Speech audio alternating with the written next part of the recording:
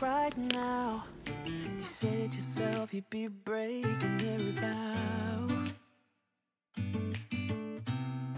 I can understand you're tired of this town, and I'm not saying that we have to settle down now. Just remember this: we could have been stardust, same world but without us. Something made us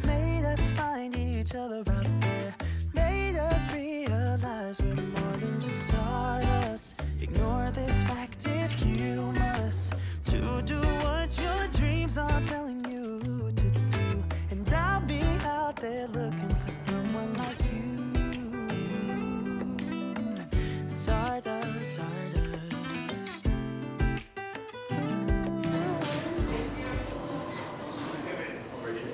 Yes, yeah, you're taking up.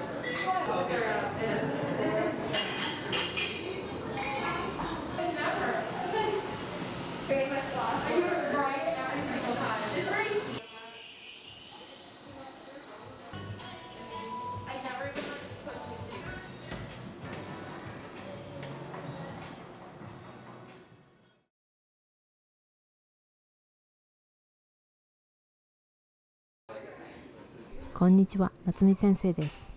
今日は日本語で私が海外で保育士になったルーツを話したいと思います。高校の頃、大学の進路選択で2つの選択肢に悩まされていた私。将来英語の先生になるか保育士になるか、どちらも好きなことだったためなかなか決められませんでした。そんな私に部活の同級生が海外で保育士やったらいいやんと私に言いました。私はそれいいやん。明暗だと確信した私はその日から海外で保育士になるという夢を抱きました。大学の専攻は幼児教育。在学中は免許取得の関係で長期留学ができないことを知り、がっかりしたことは今でも忘れませんが、代わりに海外とのつながりを深めるため自発的な行動を心がけました。アルバイトで一生懸命貯めたお金をもとに様々な国へ旅行に。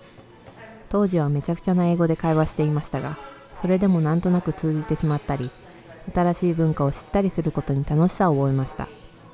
そして大学3年の夏休み、一人でバンクーバーにやってきました。留学エージェントを通し、保育ボランティアをするためです。滞在はたったの数週間でしたが、英語での保育体験、ホームステイ、観光、すべてが新鮮な毎日でした。特にバンクーバーの美しい自然とフレンドリーな人たちは強く印象に残り、この場所はいつか絶対戻ってくる、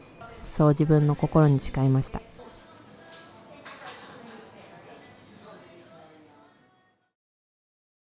大学卒業後は新卒でシンガポールへ。子どもたちが日本と世界をつなぐ視点を育めるような保育者になりたいと、日系バイリンガル園へ就職しました。初めての海外移住、初めての就職は毎日が新鮮であっという間に過ぎてしまいましたが、英語と保育、私が大切にしたかったことを経験できました。そして何より、かけがえのない友人や同僚、子どもたちやその家族に出会えたことは私の宝物です。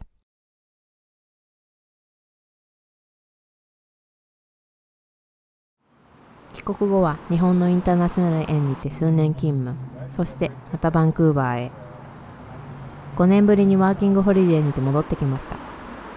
改めてこちらの保育を学び直すことも検討したため、様々な学校の体験入学を行いましたが、最終的に日本の保育免許の書き換えをエージェントに依頼することにしました。書き換えを行っている間は保育士として勤務ができないので、新たな経験を求めカフェで働くことに。それが24時間営業のブレカカフェです。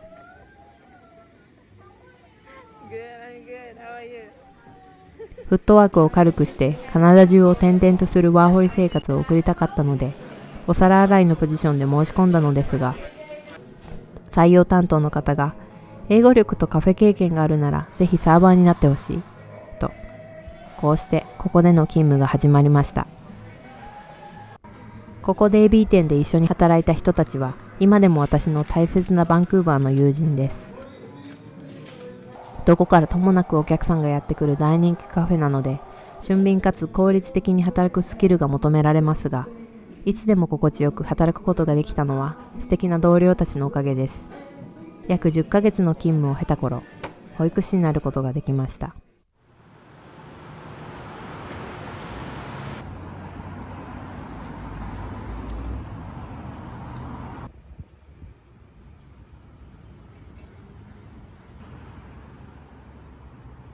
コロナ禍真っ只中に免許を取得。ロックダウンが解けた6月頃就職活動を開始し、末頃に採用されることに。2ヶ月後にワーキングホリデーの期限を迎えることを伝えると、園が就労ビザのスポンサーになってくれることを約束してくれました。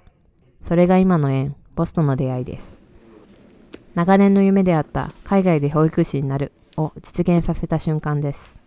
これも何事も否定から入らず、まず取り組んでみたらと言って日本から支えてくれる両親のおかげです。カナダには免許にもいくつか種類があり、アシスタント、担任ができるベーシック1年または5年、乳幼児教育者、そして特別支援教育者です。私はカナダでの保育経験がなかったので、最初は免許有効1年のベーシックを取得しました。就職後500時間の勤務を終えた私は、免許の再申請を行いました。そこでベーシック5年、乳幼児教育者、特別支援者、すべての免許を取得することができました。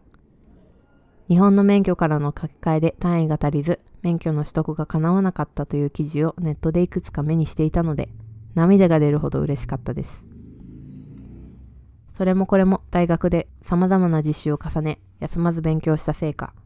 一つずつ何かに丁寧に取り組むことの大切さを改めて実感しました。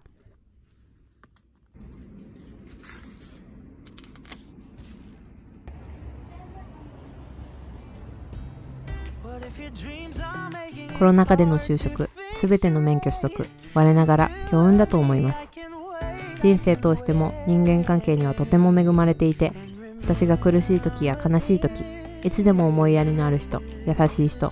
私を元気づけてくれる人に励まされて過ごしてきました。本当にいつもありがとう。さて、そんな私がなぜ YouTube を始めようと思ったのか。海外に身を置きながら新しい文化や言語を学びつつ、日本人として世界中の人にもっと日本を知ってもらいたいと思ったからです。今は毎日英語で保育しているので、日本の文化を伝える機会は多くありません。もちろん、折り紙を制作に使用したり、行事の際、日本らしさを盛り込んで子どもたちにさりげなくアピールしたりしますが、同時に海外に関心のある方に何か一つでも新しい発見があればと思って動画作りをしています。